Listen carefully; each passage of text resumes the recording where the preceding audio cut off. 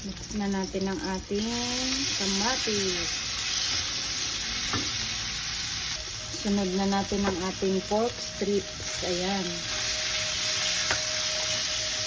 Maglagay na tayo ng paminta po. Haluin muna natin mga mahal ko. Ayan. Wow. Gisang-gisa na po siya.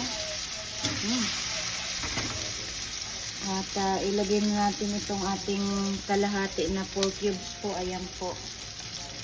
Ayan. At ilagay na rin natin ang ating munggo. Ayan.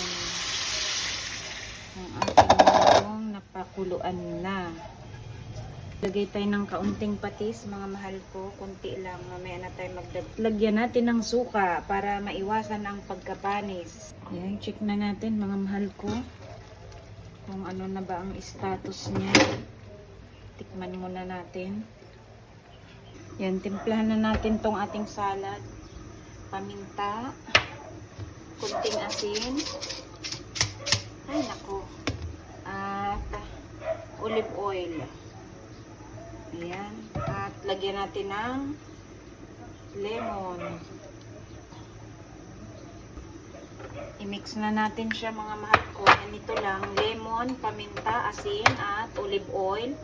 Ito ay white onion at saka yung tomato and cucumber. Ayan po. May salad na tayo mga mahal ko. Masarap yan. Yummy. Tikman na natin tong ating munggo. Kanina tinikman ko. Ang sarap na. What I mean is natikim. Ilagay na natin tong ating talbos ng kamote. Ayan mga mahal ko. At isunod naman natin ang ating malunggay. Ayan. Ang ating sabi nila Friday ulam munggo. Hindi yung kung kailan lang po gusto yun na masarap mag-ulam. Ako ito aking napusuan ngayon. Ayan mga mahal ko, luto na po yan. Mayroon na tayong masarap na sarap niya eh. Isang itlog para mayroon akong sunny side up. Sabay na natin yung ating dalawang egg. Tuyo mga mahal ko para hindi sayang sa oras. Ayan. Ating egg. Yan na lang dalawang pati na pong nabaliktad mga mahal ko. Ouch!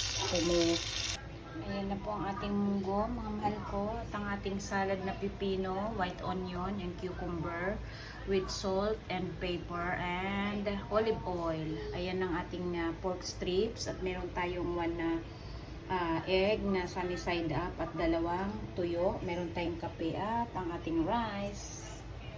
Yummy!